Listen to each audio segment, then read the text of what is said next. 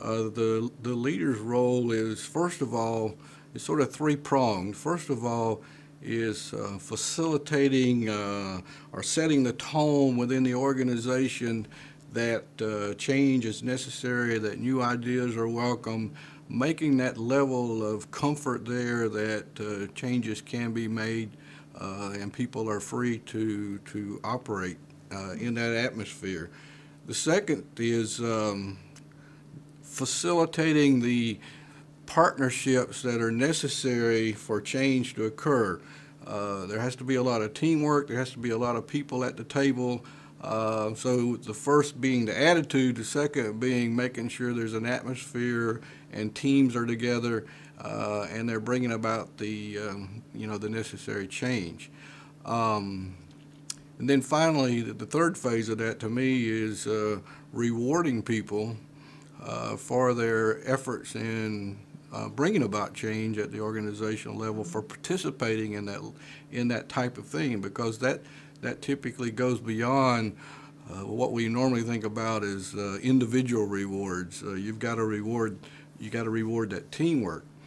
We need to start thinking about then, what does it mean by empowering others? My administrative philosophy and my administrative style is really based on that definition of leadership.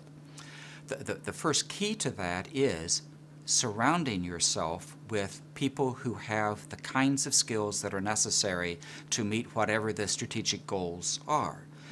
Whether those folks for me are associate deans, our program assistants, my executive secretary, the accountant, the IT person. It doesn't matter what their job description is. What matters is they have the capability of performing whatever it is that they were hired to do. The second part of that then is attempting to provide adequate resources for people to do the job that they were given.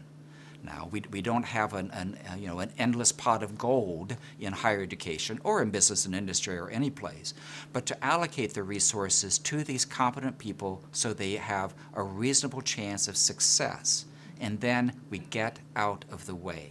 We have given them clear goals and objectives through our strategic plan as to what their role is. We've resourced them as adequately as we can, and then we stand back. We empower them to move forward, to make decisions programmatically and budget-wise, staff-wise, to get done what needs to be done.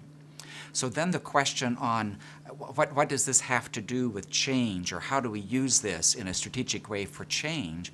I would expect these folks, because they've been empowered, to not just be minding the store on a daily basis and making sure that the T's are crossed and the I's are dotted and we meet the deadlines, but more importantly that they're thinking about how could we or how should we be doing this, whatever it is, differently, read that better, more efficiently and more effectively.